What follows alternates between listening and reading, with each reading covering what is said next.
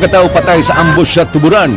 Usa ka suspect gidakop, ang uban gipangita, mga asawa nangayo og tabang. Mayor sa Tuburan gikiha tubangan sa COMELEC tungod sa paggamit og kusog ug pagpanghadlok sa pagdani sa mga butante. Bata-bata sa kandidato pagkamayor sa Carcar City, gidakop og gituhuan nga nalambigit sa pagpanuli sa usa ka mall.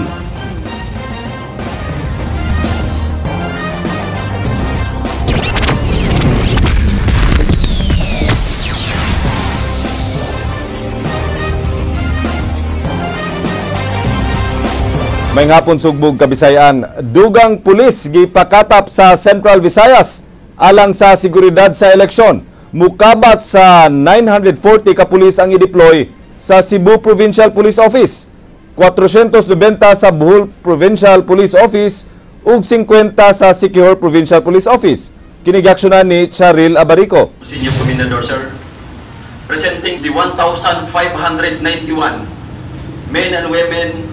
Mukabat sa 1,591 ka mga sakop sa pulis ang gideploy sa gipahigayon ng send-off ceremony sa Police Regional Office 7. Sila ang augmentation personnel sa nagkadaiyang Provincial Police Office sa Central Visayas. Mukapat sa 940 ka pulis ang i-deploy sa Cebu Provincial Police Office, 490 sa Bohol Provincial Police Office ug 50 sa Siquijor Provincial Police Office. Si Police Chief Superintendent Patrocinio Comendador Jr. na mahayag nga matag pulis nga gideploy adunay 1,000 ka pesos nga allowance. Ang mga police station na ang musupply sa pagkaon sa mga pulis aron di mahilabtan ang ilang 1,000 nga allowance. Amo nagyangin dito nga kining taga Cebu suportahan sa Bohol Siquijor in terms sa pagkaon nila. Ang mga pulis gitahasan sa pagbantay sa nagkadaiyang lugar sa Central Visayas sud sa 8 ka adlaw. Giklaro ni Komendador nga dili sila mahimong mubinga sa ilang assignment kung ang mando dili gikan sa ilang labaw. Gipahinumduman sila ni Komendador sa ilang misyon sa pag-secure sa mga voting center o dili magpagamit sa mga politiko sa lugar. Their duty there is to secure the voting centers as the people will choose the leaders for the country. Nahimong bisita sa maong send-off ceremony si Director Orlando Uwalat, Director for Integrated Police Operations sa Visayas. Alang sa Aksyon Bisaya, bilang Pilipino, Charil Abarico, News 5. Gobernador Junjun Davide ug Vice Governor Agnes Magpale nangampanyas sud sa provincial jail. Tuyo nila nga makakuha og mga botos gikan sa mga binilanggo nga makabutar lamang sa presidente, vice presidente ug mga senador. Kinigaksyonan ni Ryan Sorote.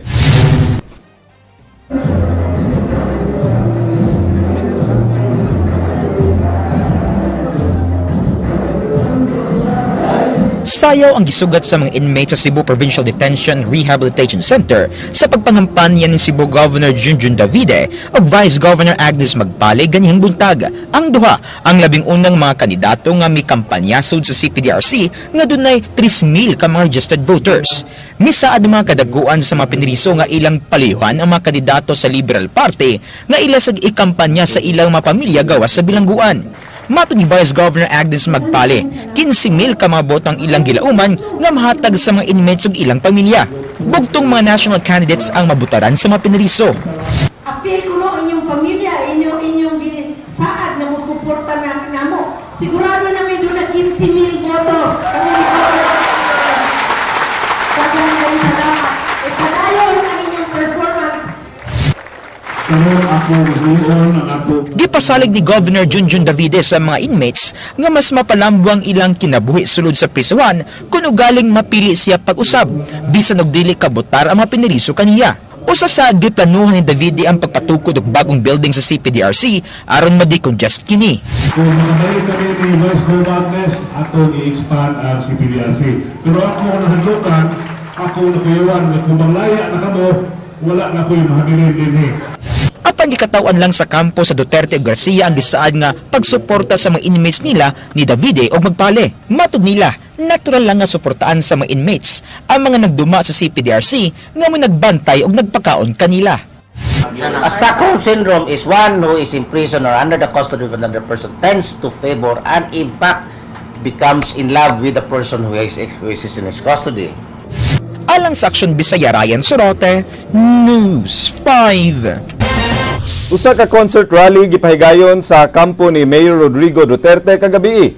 Gitambungan kini sa Vice Presidential candidate ni Duterte nga si Senador Alan Peter Cayetano. Kini giaksyonan ni Ray Pasaporte.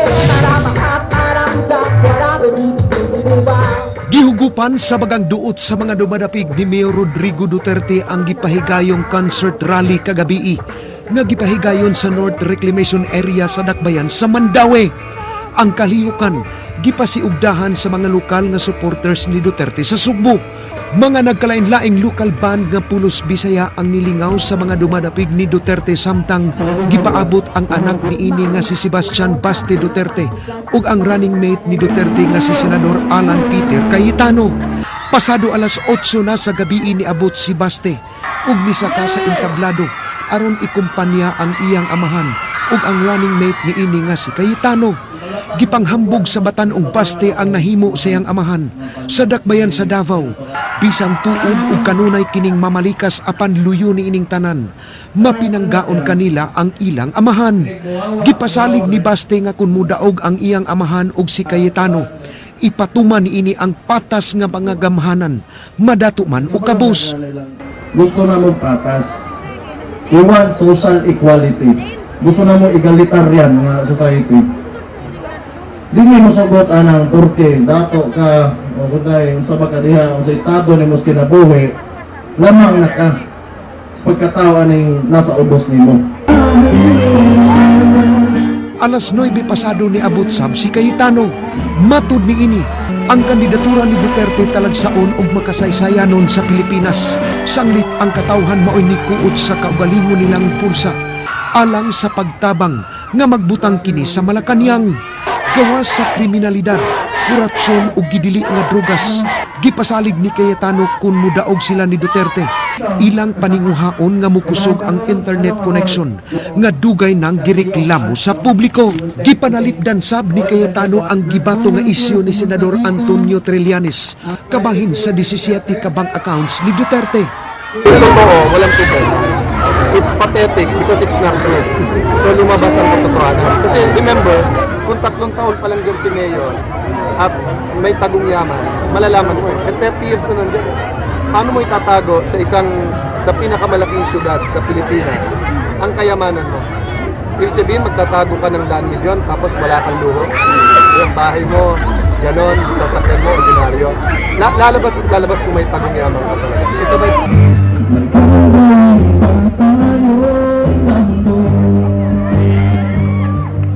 alang sa Aksyon Bisaya bilang Pilipino. Ray Pasaporte, News 5. Masaligon gihapon si Gobernador Junjun Davide sa iyang kandidatura bisan og gipaluyuhan ang iyang kaatbang sa Iglesia ni Cristo. Mato ni Davide siya ang gipaluyuhan sa INC sa nangalabay nga duha ka eleksyon. Si Winston Garcia nga iyang kaatbang sa pagkagobernador gikataho nga maoy paluyuhan sa Iglesia karong eleksyon. Mato ni Davide kung tinuod kini magpasalamat siya sa INC sa pagpaluyo niya kaniadto. If that's true, then I thank just the same the Iglesia ni Cristo for their support. No?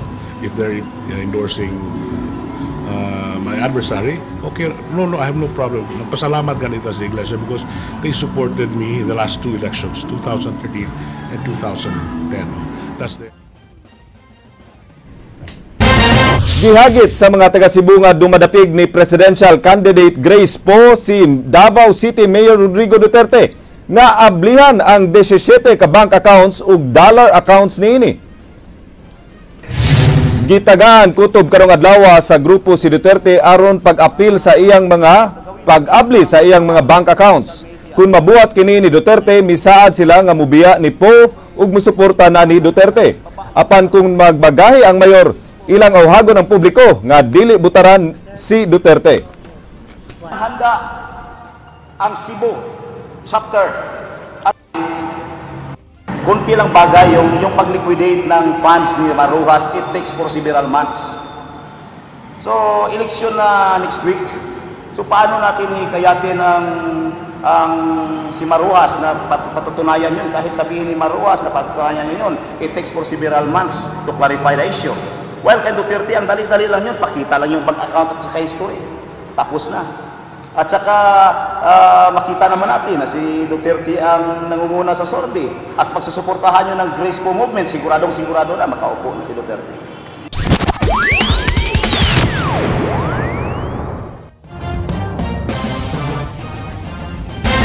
Sa mga balita sa gawas sa nasud.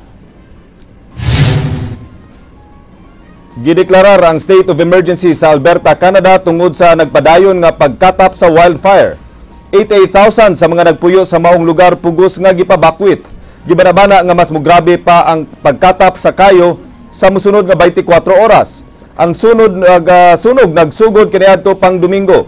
Ang kayo miangkon sa mikaon sa pipila ka mga establishmento sa syudad sa Fort McMurray. 80% sa mga puyanan lakip na ang mga kasikbit niini ang nasunog. Ang Fort McMurray duol sa mga oil field sa Canada nga ikatulo nga adunay labing daghan nga oil reserve sa kalibutan. Gipangsira na ang mga oil pipelines samtang ang mga oil companies nga duol niini miundang sa ilang operations aron pagpabakwit sa uban nilang trabahador.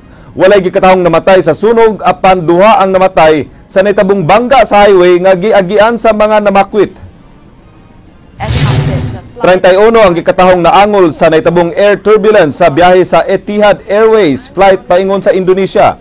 Ang eroplano gikan sa Abu Dhabi ug paingon sa Jakarta, dihang nakasinati og 45 minutos nga air turbulence. Ang Airbus A330-200 luwas nga nilanding sa airport sa Soekarno-Hatta International Airport sa Jakarta ug siyam ka mga pasahero ang gidala sa ospital. Ang ubang pasahero gidala sa airport clinic ug gitambalan sa mga paramedics sa ilang mga minor injuries. Tungod sa nitabo ang return flight sa eroplano pagbalik sa Abu Dhabi gi-cancel. Sa South Korea, gilabay sa usa ka inahan ang iyang mga anak gikan sa 4th floor sa nasunog nga building. Ang pamilya na trap sa building ug gipanghulog ang iyang mga anak sa bintana aron maluwas. Misunod usab ang pag-ambak sa inahan. Silang tanan didto mitugpa sa gibukhad nga habol sa pamilya sa mga US military. Walay nasamdan kanila sa maong hitabo.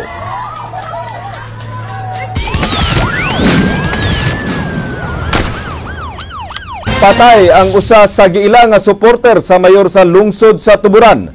Gituan nga ang iyang kanhi mga kauban sa New People's Army ang responsable sa ambush.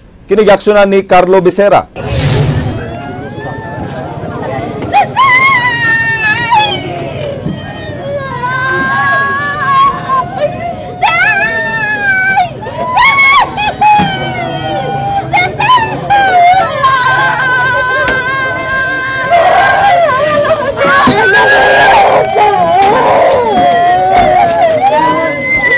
Nagminatay sa hilak ang mga kabanay sa biktima sa pagpamanhig nga nahitabo sa bukirang bahin sa lungsod sa Tuburan dihang niabot sa munisipyo ang patayng lawas ni Rene Kang Maong 50 anyos residente sa sitio Sambag, Barangay Mag-Antoy, lungsod sa Tuburan.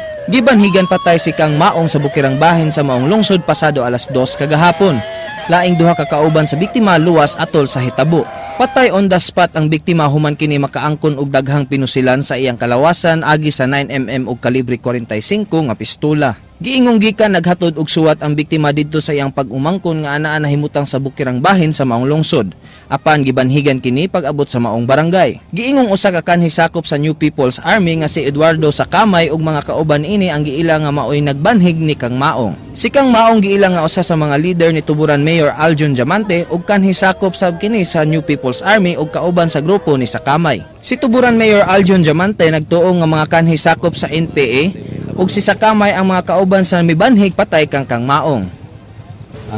Grupo nila ni kuan kato mga ex-NPA ba sila ni Sakamay, Eduardo Sakamay o kato si Diktahan. Daghana sila, no? Napay Barsinal ana. Basta may duha na kadiktahan si Masing Diktahan o katong Yulan Diktahan. Puros na mga former NPA.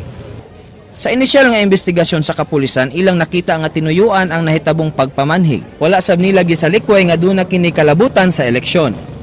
Sir, kini sir, asa man ni duna ba ni kalabutan sa eleksyon diri sa Usa na sa atong gitanaw karon kay before bodyguard man siya ni sa atong mayor in 2010.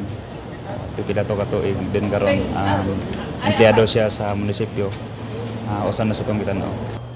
Nakuha gikan sa crime scene ang 11 kakabhang sa 9mm nga armas, usa ka bala nga wala makabuto ug duha ka kabhang sa kalibre 45 nga bala.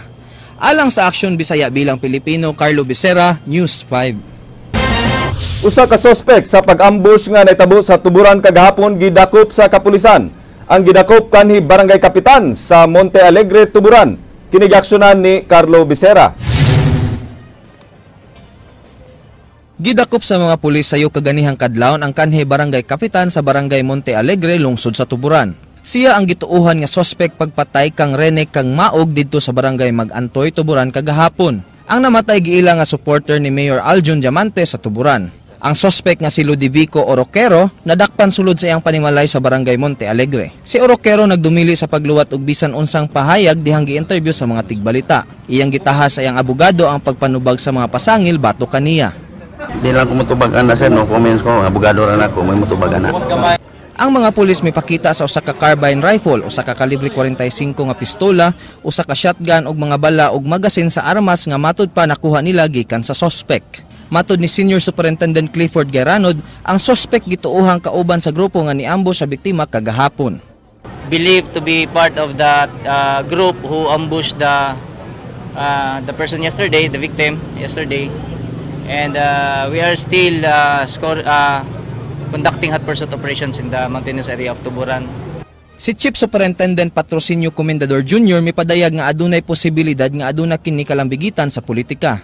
May koneksyon sa politikanhong kalihukan diya sa maong lungsod.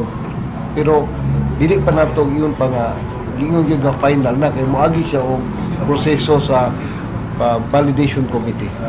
Unang gituuhan ni Mayor Aljun Diamante sa lungsod sa Tuburan nga ang pagpang-ambush binuhatan sa kanhi kauban sa biktima sa New People's Army. Nagpadayon karon ang operasyon sa kapulisan sa pagpangita sa ubang suspect sa nahitabong pagpang-ambush. Ang suspect temporaryong gikustudiya sa PRO 7 o gihuwat ang mga posibleng kasong ipasaka batok kaniya.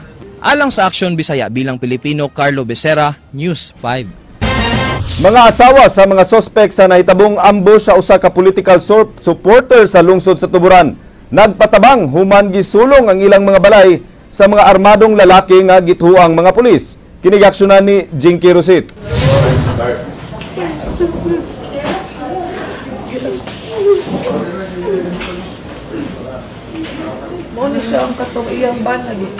Miabot din sa headquarters sa kampo ni Tuburan Mayoralty candidate Daphne Lagun si Nay Imelda nga naghilak aron isumbong ang giingong pag-pick up siyang bana alas 3 sa kadlawon kaganiha sud sa ilang payag sa barangay Monte Alegre.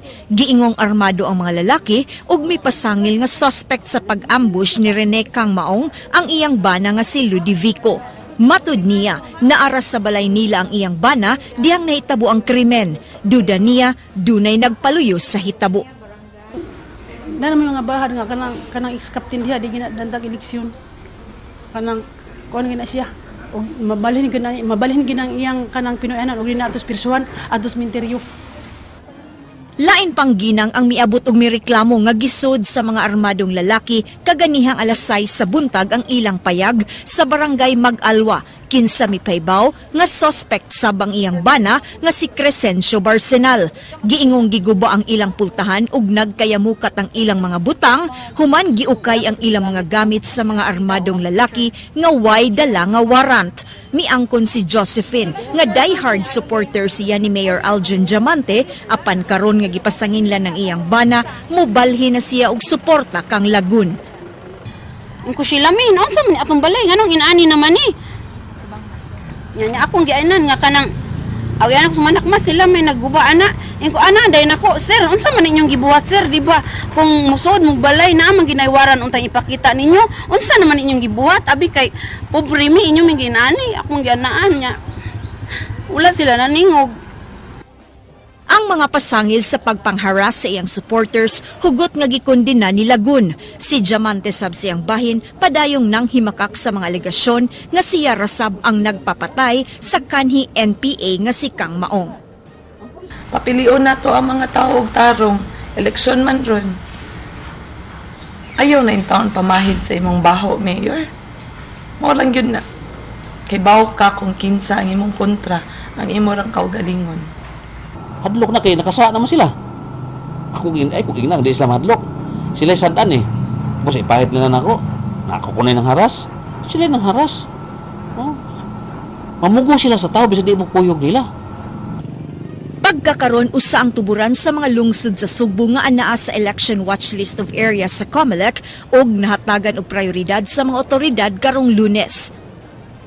Taliwa sa mga kagubot nga nahitabo karon sa lungsod sa tuburan apan ang duha ka mga kandidato managlahi ilang gihapon ang baruganan og posisyon kabahin sa pagmintinar sa kalhusay karong eleksyon. Silagon ganahan nga duna pay dugang mga pulis ug militar sa area samtang si Diamante kontento na nga pulis lang ang mupatunhay sa kalinaw. Ang kanhi kapitan sa Barangay Colonia dunay panawagan sa mga taga-tuburan. Sudungon nato atong tugkaron, atong tanawon kung unsay tinuod nga nahitabo ni atong lungsod karon dili na patas, dili na makiangayon. Alang sa Aksyon Bisaya bilang Pilipino, Jinky Rosit, News 5. Kapin usa ka libo ka mga tawo nga supporter sa Team Rama ang nag-abot kagahapon sa Waterfront Hotel sa Lahog sa Dakbayan sa Sugbo. Gikan sila sa 80 ka barangay sa Dakbayan sa Sugbo nga gipatawag sa Team Rama. Giklaro ni Mayor Michael Rama nga final briefing ang tigom sa ilang mga watchers sanglit upat na lang ka adlaw sa dili pa ang piniliay. Gipahimangnuan ni Rama ang iyang mga watchers sa mga angayan ug dili magsulod og gawas sa presento. The usual vigilance and kanang mga importante kayo which I have reminded them because akong trabaho Ray neto pa while George was running for barangay captain, I was a new lawyer. I handle watchers and I've been handling watchers in my candidacy and when I ran the campaign of my brother in 1988 in Agusan del Norte. Mga kawani sa Cebu City Hall patabangon sa pag-distribute sa mga vote counting machines. Mga VCM wa pa madiskarga kay wa pay kabutangan. Report ni Leslie Camanade-Vistil.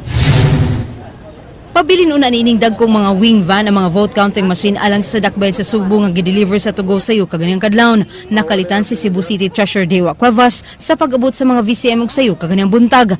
Gipabilin una ni Cuevas sa mga van hangtod nga madiskarga kini ug makuha sa mga Board of Election Inspectors o madala sa mga presinto.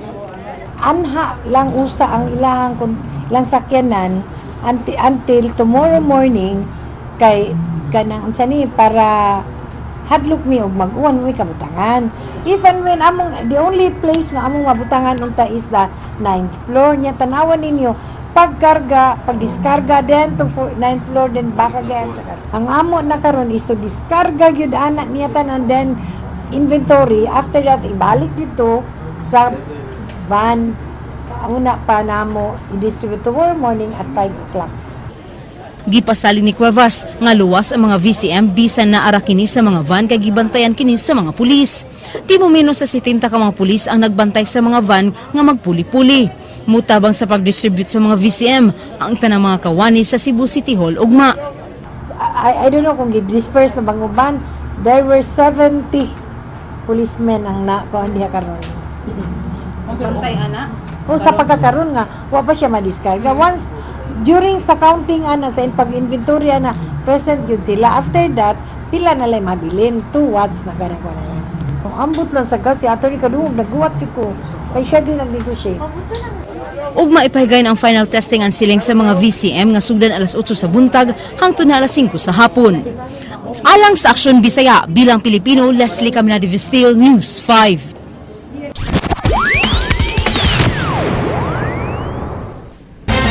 Gipasalig sa City Treasurer's Office nga dunay mid-year bonus nga mahatag sa mga kawani sa Cebu City Hall karong tuiga. Dugay na nga giplanuhan ang paghatag og mid-year bonus. Malangay ang paghatag sa mid-year bonus kay malihok lang kini human sa eleksyon. Kung maingon ta, may guidelines ba ang DBM sa kuan so kana tanan nagagad jud na we will have our budget hearing na sad kuno scheduled on May 16. kan na mo kuno na. So ato nato mahibaw-an kung unsa gyud mahitabo niya sa media.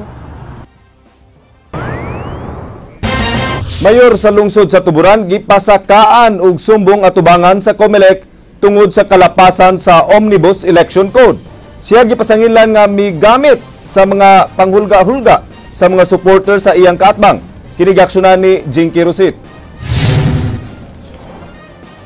Kagahapon misangat siyang formal nga reklamo ang usa ka Iricia Parone Sucaire batok ni Tuburan Mayor Aljun Diamante ug sa iyang bodyguard nga si Nestor Parone tungod sa kalapasan sa Omnibus Election Code. Sa iyang affidavit nga gipadangat sa buhatan sa Commission on Elections Law Department sa Intramuros, Manila, ilang gireklamo si Diamante ug iyang tao sa pagpangharas sa supporter sa kaatbang niya pagkamayor nga si Daphne Lagun. Sigon sa complainant, mismong uyuan niya nga si Nestor pugsanong mimando sa mga taga-barangay gimamaas sa Tuburan nga butaran si Diamante.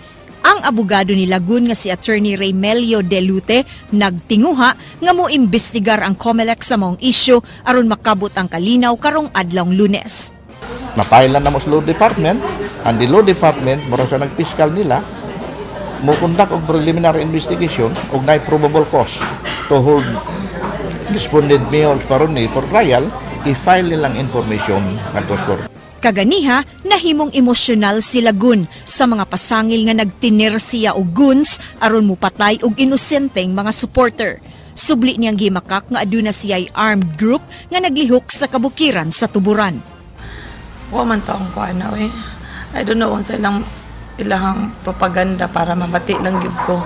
Kaysa tuyok na ako sa barangay, karon na lang. Unya sa bukid po na nahitabo, then maybe ato po na i-proseso. Tanong sa nato ang police station kung unsay nahitabo gyud ana sa taas. Apan wa panumbalingan ni Tuburan Mayor Aljun Diamante ang kaso nga gipasaka batok kaniya.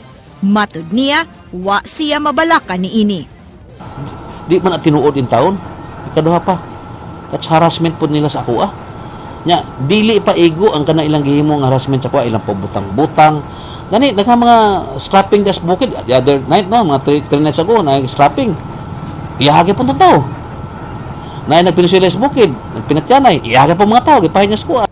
Alang sa aksyon, Bisaya bilang Pilipino, Jinky Rosit, News 5. Gihangyo ang COMELEC nga ipatangtang sa ilang pwesto karong eleksyon ang mga pulis nga giila nga mga bata-bata ni retired Police Director Marcelo Garbo. Gituan nga gisugdan ni Garbo ang paggubot sa eleksyon aron makapabor ang Liberal Party nga gikampanya ni Garbo. Kinigaksyonan ni Ryan Sorote. Si retired PNP Deputy Director General Marcelo Garbo ang gipasanginlan nga mo'y nagpalayo sa kagubot sa lungsod sa Tuburan o pagpanakop sa mga kandidato karong eleksyon. Mao kini ang pasangil sa Duterte Garcia Legal Team human gipangdakop sa Regional Special Operation Task Group 7 ang mga sakop ni Tuburan Mayoralty Candidate Daphne Lagun. Gidakop ang mga sospek samtang gipangransak ang ilang mga balay bisan way dala nga warrant gikan sa korte.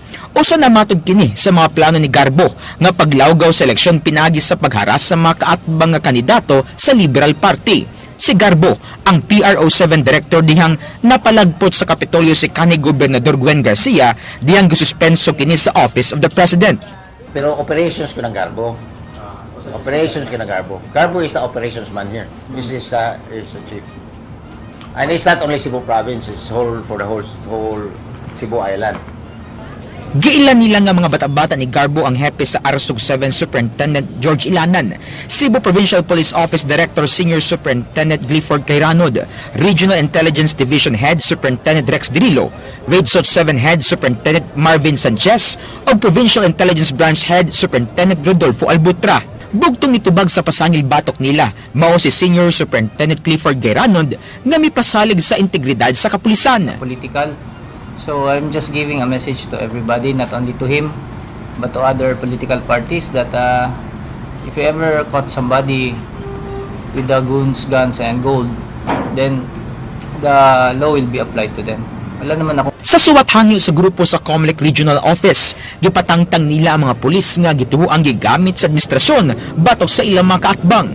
Plano nila ang pagpasaka og sumbong batok sa mga police officials. Waon niya'y malinawon og patas nga eleksyon sa Sugbo kung magpabilin ang mga pulis sa posisyon. Gikwestiyon usab nila ang kalit nga pagtangtang sa mga hepe sa pulis sa bantayan og aluginsan o gipulihan o gituho ang mga sakop ni Garbo. Hangyo sa Duterte o Garcia legal team sa mga pulis nga magpabilin nga matinud-anon sa ilang gipanumpaan og makigbatog sa pagpanikas, pagpanglimbong o korupsyon hilabi na karong eleksyon. Kaning atong elections karon limpyo, matinud-anon og tinuoray nga election. Makinahanglan pa ta muwat nga mudaog na sa Duterte para naatay usa ka clean election. Alang sa Aksyon Bisaya bilang Pilipino, Ryan Surote, News 5. Ang buhatan sa City Agriculture miapod-apod og mga hinabang sa mga mag-uuma nga apektado sa El Nino. Kinigiaksyonan ni Leslie Caminade Vistil.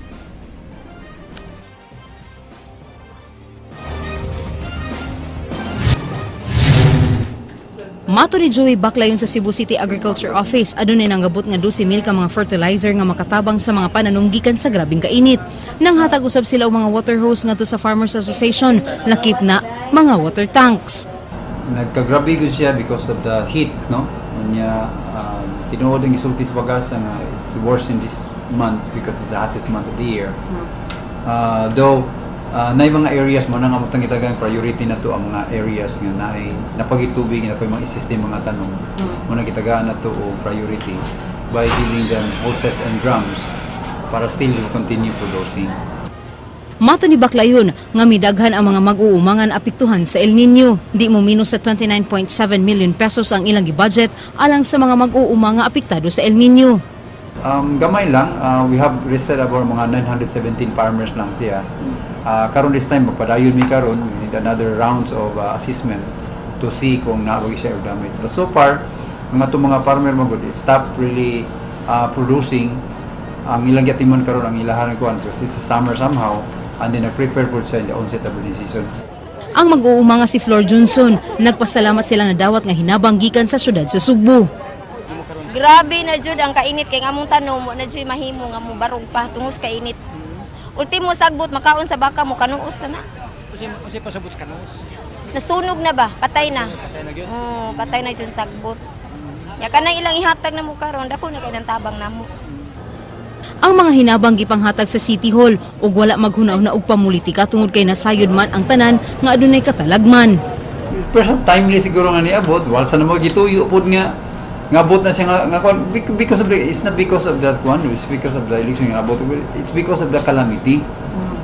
Ang atong budget dili man siya tungod sa kwan, tungod man siya sa calamity, mo na itong gi-address na itong maayo. So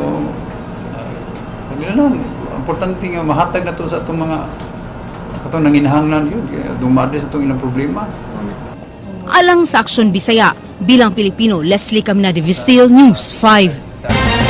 Matagbuan na ipanghatag sa Cebu City Hall ang financial assistance sa mga PWDs ug senior citizen sa dakbayan sa Sugbo. Karong Mayo 13, makadawat og 500 pesos ang mga PWDs samtang tag 1,000 pesos sa mga senior citizens. Ang kakuwang sa gahin sa imaging unit ang hinungdan nganong tagtulo ka buwan una nila mahatag ang cash assistance. Kalima na makahatag og cash assistance ang City Hall. Makuha sa availability, so wala gyud na dayon. Unya nakabaw na bitaw mo na ay kanang kuan ang syudad. So nya ako sad sa kumbahin adto unta ni na kung kanabang ang mga senior magmaningil gyud sila sa ilahang kuan kanilang assistance ba.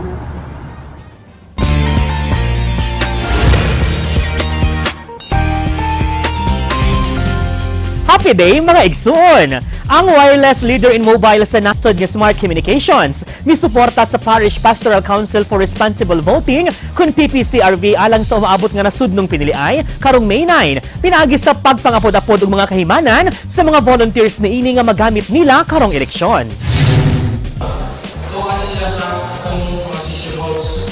Pinaagi sa value brand niini nga Talk and Text ang smart mihatag og communication tool alang sa piniliay sa mga PPCRV volunteers sa tibuok nasod. Giubanan kini nila og mga cellphones, prepaid loads og mga PPCRV Talk and Text SIMs. Dinhi sa Sugbo, ang sisimpel nga nagsupport sa COMELEC uban sa PPCRV magbantay og magmonitor sa piniliay diin 8,000 ngadto sa 10,000 ka mga volunteers Gikan sa 150 ka mga parokya sa Subo ang i-deploy sa mga presento. Mipahigayon usab og mga training ang Smart Communication unsaong paggamit sa ilang gipanghatag nga mga kahimanan.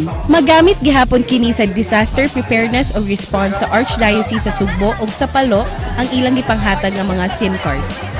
Tingnan ko din karon sa Smart Communications again. So atong gina ang TNT. Kani TNT wala niya ang bagong nga nato karon sa Talk and Text. Wala niya ang bagong name sa Talk and Text TNT. Usa sa mga volunteers si Adrian Rubio nga taga-isla sa Bantayan. Sayo na kay pagbuhat og mga reports sama sa na-vote buying. Amo lang i-text o i-send na lang dito sa taas o sa amo ang PPCRB dito sa Manila o sila na pod maka-record pod og unsay naitabo sa amuang parokya. Nakadawat usab og susamang mga kahimanan gikan sa Smart ang Archdiocese of Palo, diin gihimo ang turnover sa Archbishops Palace Palo Leyte. Ang hiniusang pwersa sa TNT, CCIMPEL ug PPCRV gilauman nga makatabang sa kampanya sa limpyo, matinud-anon, makahuluganon ug malinawon nga piniliay karong umaabot nga Lunes. Ug mo kadto ang naglangkob sa tong light news karong hapon. Alang sa walay karapusang mga chika, o balikon ninyo matag alas 8 sa buntag, weekday sa Rated JP sa Radyo 501.9 News FM Cebu. Ako sa JP Laucot Serra, mga word of the day nagkanayon. Kung maldita ang imong asawa, agwanta lang pre, kay di gud ka na masulbad ni Mayor Duterte. Agay!